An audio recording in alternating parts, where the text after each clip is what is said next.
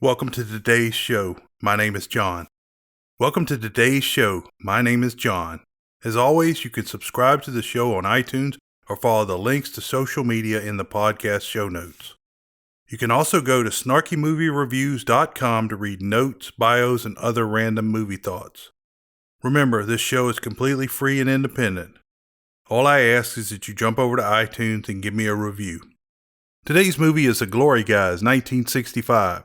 This is a fun little cavalry romp that tells the tale of love and Custer's Massacre. Actors. Tom Tyrone plays Captain Demas Herod.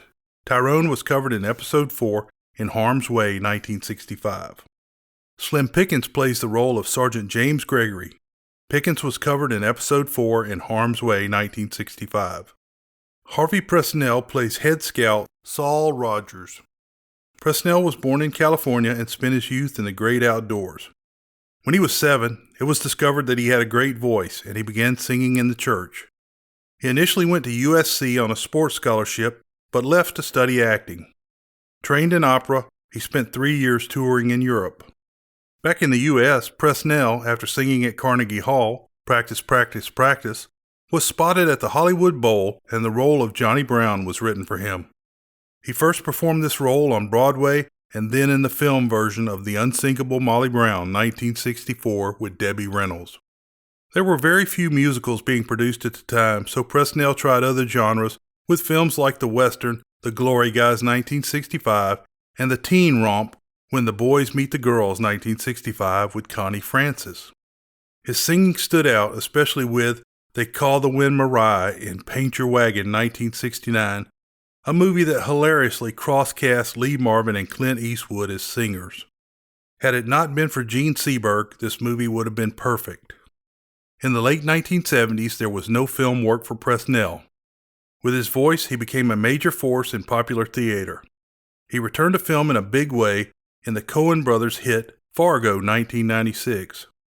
Other filming followed, such as Saving Private Ryan, 1998, The Legend of Bagger Vance, 2000, Mr. Deeds, 2002, Old School, 2003, Flags of Our Fathers, 2006, and Evan Almighty, 2007. He was active on television as well. Sadly, he died of pancreatic cancer in 2009 at the age of 76. Cinta Berger played the love interest, Lou Woodard.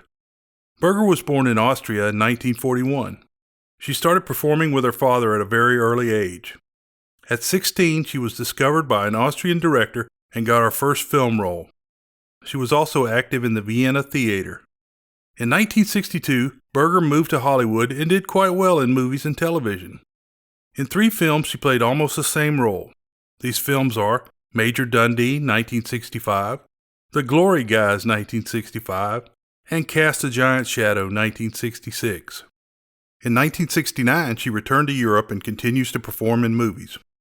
James Caan played pugnacious, Irish, Private Anthony Dugan. Caan was born in the Bronx in 1940. I'm walking here! I'm walking here! A gifted athlete, Caan played football at Michigan State University. Later, while studying at Hofstra University, he became interested in acting. He began studying at Standor Meisner's Neighborhood Playhouse. Caan began doing off-Broadway plays during this time. Caan's first film role was in Irma la Douche, 1963.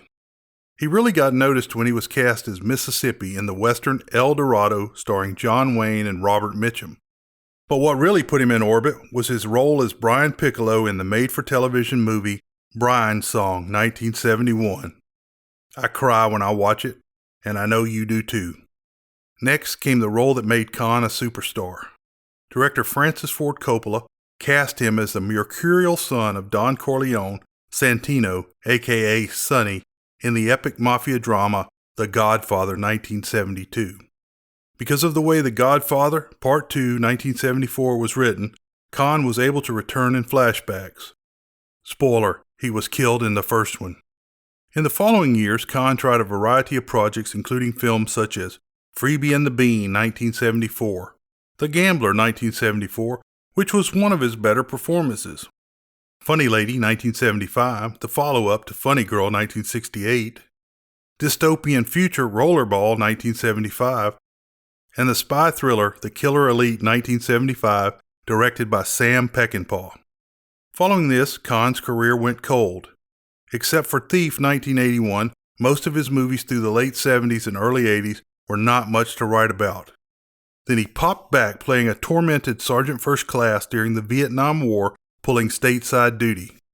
This movie was Gardens of Stone 1987, and both Caan and his co-star Angelica Houston and James Earl Jones were great. Caan crushed it again in the sci-fi buddy cop adventure Alien Nation 1988. He had a part in the highly stylized Dick Tracy 1990 as Spaldani. That same year he played a sheepish author who is held prisoner and tortured by an obsessed fan played by Kathy Bates in Misery 1990. Other great roles followed, such as For the Boys 1991 with the divine Miss M, the comedy Honeymoon in Vegas 1992, The Program 1993, Eraser 1996, Bottle Rocket 1996, Elf 2003, and Get Smart in 2008.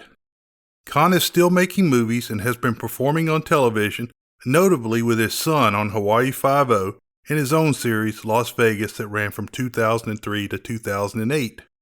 Michael Anderson Jr. played young Private Martin Hale. Anderson was born in England in 1943. His first acting was on television beginning in 1956. His first film was an English film, The Moonraker 1958. He turned in a great performance in The Sundowners 1960, holding his own with Robert Mitchum, Deborah Kerr, and Peter Ustinov. He continued to work in television and film before showing up in 3 American westerns, The Glory Guys 1965, The Sons of Kate Elder 1965, and Major Dundee 1965. That same year he was also in The Greatest Story Ever Told. His next major film role was in Logan's Run 1976 as the Doctor. Anderson has continued in film and television, with his last work being in 1998. He is still alive. Andrew Duggan played the role of hard-fighting General Frederick McCabe.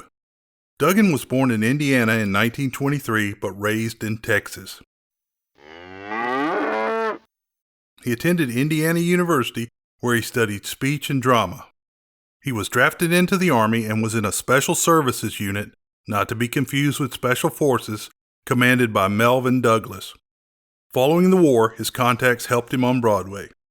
Duggan started in television in 1949.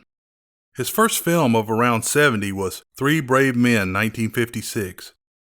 Other films of note include Merrill's Marauders 1962, PT 109 1963 as the narrator, The Incredible Mr. Limpet 1964, 7 Days in May 1964, The Glory Guys 1965, In Like Flint 1967, The Secret War of Harry Fig 1968, Frankenstein Island 1981, Dr. Detroit 1983, and A Return to Salem's Lot 1987.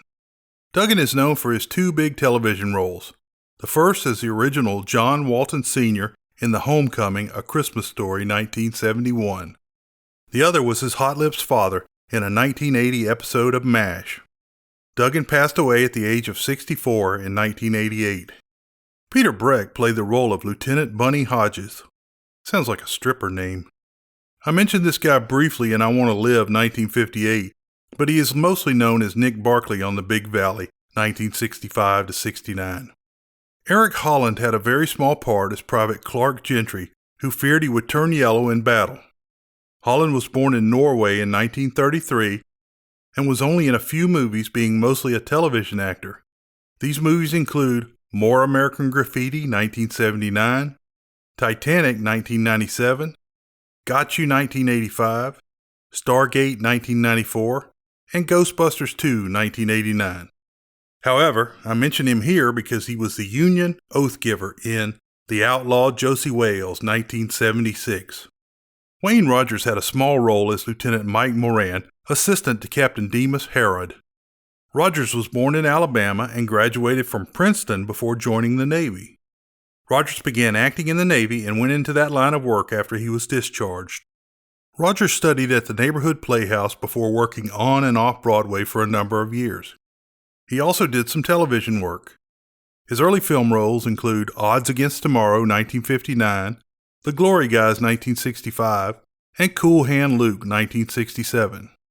His big break came in 1972 when he was cast as Trapper John in the military comedy series MASH, 1972-78. Feeling like Alan Alda was getting all the attention, Rogers left the show. He did some television and movies afterwards, but nothing to compare with the previous series. Eventually, Rogers found great success as a money manager. Henry Beckman had a very small role as the salesman. Beckman first showed up as a carpetbagger in episode 15, The Undefeated, 1969. Story. The movie begins in a train station where raw recruits are being sent to Mule City. Sounds like a great place. Sergeant James Gregory, Slim Pickens, is shepherding this group of new recruits. Included in the group are runaway groom Private Martin Hale, Michael Anderson Jr., and authority-defiant Irishman Private Anthony Dugan, James Caan. They are waiting for the return of Captain Demas Herod, Tom Tyrone, who is back in town finishing up a one-night stand with Lou Woodard, Senta Burger. Eventually, he gets to the men and heads them to Fort Doniphan and the 3rd U.S. Cavalry Regiment under the command of General Frederick McCabe, Andrew Duggan. Under Sergeant Gregory, the men began learning drill, basic arms, and finally horsemanship. Lou drives a carriage onto the post and asks for Captain Herod's quarters. General McCabe and his staff return, and the other officers are called. McCabe explains that they are part of a campaign to return hostiles to the reservation, but McCabe was not selected to command the entire operation. McCabe says he intends to do the whole job with just the 3rd. McCabe holds Herod back, and it seems that they have a history during the Battle of Wishbone Creek, and that McCabe sacrificed some of Herod's men for his own glory. When Herod gets back to his hut, he finds a bottle that Lou left behind for him. When he finds the note, he heads out in a hurry. Herod is surprised that she lives in Mule City. She explained that when they first met 200 miles away, she was keeping her reputation around Mule City clean. She asked to be left alone, but he has it pretty bad for her. Time passes and the men of D Troop improve. Dugan stays in trouble. Lou comes back to the post and Lieutenant Bunny Hodges, Peter Breck, all-around jackass and typical officer, reports that Scout Saul Rogers, Harvey Presnell, will report to the general after he takes care of some business in town, a.k.a. Lou. When he gets to Lou's place, Lou and Herod are having a fine time and getting all kissy-face. Saul tells Lou he has found $6,000 in gold and he won't be scouting for the 3rd. He expects her to go to California with him. Saul invites Harold to leave and a punch exchange begins. The fight escalates until they roll down the stairs. Just then, a group of soldiers come to force Saul to the fort. Lou tells Herod that she is engaged to Saul. McCabe wants Saul to help him get a great victory against the Indians. Saul tells the general that the Indians are waiting on the army. Not long after this meeting, D Troop heads out before sunup. The men are concerned that they don't have weapons with them. They ride about 20 miles out, and Herod leads them into an arroyo. It's not long before plains-dressed Indians attack from both directions. The Indians are using lances to unhorse the weaponless troopers. At first, it seems like they're just counting coup as the lances are blunted. With all of the enlisted men off their horses, the Indians ride away. Only Dugan has a hold of one of the Indians and is beating the crap out of him. They make him stop as the leader of the attack is shown to be Saul, and the whole thing was done for a practice exercise. Saul challenges Herod to a fight at 11 p.m. that night for reals. The soldiers are released to go to Mule City, and Sergeant Gregory warns them to stay out of the marshal's bar. Saul is in town buying new clothes from a salesman, Henry Beckman, who has now moved up from carpetbagging to clothes selling. Dugan leads Private Clark Gentry, Eric Holland, Private Martin Hale, Michael Anderson Jr., and Private Crane straight to the bar. He gets busy buying drinks for a saloon girl that is more like a saloon grandma. Hale and Gentry leave to get food. Saul and Lou are in the restaurant and he proposes. She stalls because she says Saul is wild and she may be in love with Herod. When Dugan runs out of money, the marshal and his men beat the crap out of him. Hale and Gentry come back in time for the fight. Hale escapes and is taken in by a nice girl and her mother. Saul shows up at Herod's room and they start drinking before they fight. Dugan shows up on post drunk and starts blowing the bugle. Lieutenant Hodges and General McCabe find him and order him tied to the wheel. Herod and Saul decide to go into town to look for Hale. They release Dugan and Sergeant Gregory gets 6 more men. The marshal is no help and a full-on bar brawl breaks out. The group is taking a beating until Sergeant Gregory comes in with the 6 men. Herod is knocked through a door where Crane is consorting with a saloon girl. The captain orders him into the fight. The mother and daughter that run the local mission are feeding Hale pie. The mother says he can stay because he doesn't curse or drink. Herod says all the men in D Troop have that kind of character. Herod also says that Lou deserves the best and bows out of the love competition. In the morning, Lieutenant Hodges comes to cut Dugan loose from the wheel. As Hale recovers, he gets a letter saying that he can be bought out of the army because apparently the cousin he got pregnant married someone else. He wants out now because of Becky. His father has already sent the money to get him out. Becky says she will wait while he graduates from college. Herod has the men out on the firing range when Lou comes riding by in her buggy. She sends a major set of mixed signals to the captain. He is being all noble and says he doesn't want her to love him. She then drives away.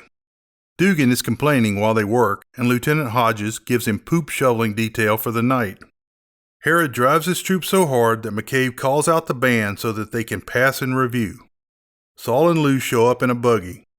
As the troops parade by, Saul realizes that Lou loves Herod. Herod sends the men a couple of kegs of beer for the night. Hale is lovesick and is waiting for his letter of release to come in. Sergeant Gregory tells him that he can slip out through the officer's stable where Dugan is working. The officers are having a fancy dance because the campaign begins in the morning. Hale makes it into town and tells Becky and her mother that the letter didn't come and he is heading out in the morning. Hale proposes to Becky and she accepts. McCabe takes Saul away and the general's wife basically calls Lou a slut. She breaks down in tears and Herod dances with her to hide her shame. When Saul sees the two dancing, he agrees to go on the campaign. Hale makes it back to the stable and Dugan is drinking. Lieutenant Hodges comes in and Dugan has to dump manure on Hale to hide him. In the morning, everyone is assembled to move out. The officers get to go and kiss their woman folks goodbye. At the last minute, Herod rides over to Lou, says for her not to wait for him, and plants a big one right on her lips. They make camp for the night and have a meeting with the general. This is where it becomes General Custer and the Little Bighorn. They have all agreed to meet on the 16th. As soon as McCabe gets out of the meeting, he orders Gatling guns, musical instruments, and non-essential wagons back to the fort. He pushes his men hard to get ahead. At one point, Lieutenant Hodges sees Dugan tying a shovel to his horse. When he asks why, Dugan says it's so he can bury the officer. Hodges orders him to dig the officers' latrines for the rest of the trip. A couple of nights later, McCabe calls the officers and head of scouts. When he asks Saul how many hostiles are ahead, Saul empties a handful of sand. McCabe thinks it's an overestimate. Herod calls McCabe out for rushing the battle a day ahead. Herod assigns Hale to the medical wagon so he'll be safe. Saul and Herod have a buddy moment in the night. Saul gives Herod advice about living and not planning on dying. In the morning, they see some Indians and Saul thinks they are setting up an ambush below the bluff. McCabe orders Herod and his troop to follow the Indians, heading towards the ambush site. He then, surprisingly, sends a major with a couple of troops to support Herod. He says if they get into any trouble, he will come to their aid. Below the bluff, Herod sees he is badly outnumbered. They dig in and prepare for a fight. Herod is surprised to see the other troops show up after what McCabe did at Wishbone Creek. The major looks for McCabe's support, but he has already moved to attack the village. The major decides to fall back and the troops basically take on the role of Reno and Benteen at the real Battle of the Little Bighorn. Private Gentry, who is worried that he won't be brave, loses his horse during the retreat and faces death with no fear as the Indians charge down on him. The troops cross a river while being engaged in a running fight with the Indians. Saul shows up to join them. The troop takes the high ground above the river where Hale and some of the wagons have been waiting. The troops are short on water already. An arrow hits Hale in the chest but is stopped by an empty canteen. Saul and Herod gather some canteens and sneak down to the river to refill them. They get the canteens filled but are almost caught by the Indians. Another group of Indians runs them down and they have a hand-to-hand battle. All of the Indians are killed, but Saul is mortally wounded. He does one of the most ham-fisted death scenes ever, including the line, "If I could only see the sun one more time." At sunup, the Indians are gone. The troops think McCabe has accomplished his mission. D Troop is sent to contact McCabe. When they get there, all of McCabe's men are dead. Dugan finds Hodges and begins burying him while he cries. The infantry shows up. Herod rides off to embrace life. World-famous short summary. Boys spend some time in the military. If you enjoyed this week's show, please tell your friends, and if you really want to help, drop over to iTunes and give me a review. If you want to comment, recommend a movie, or just say hi, follow the links in the show notes to my site. Beware the Moors.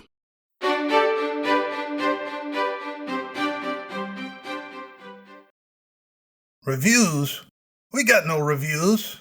We have no reviews. We don't need no stinking reviews.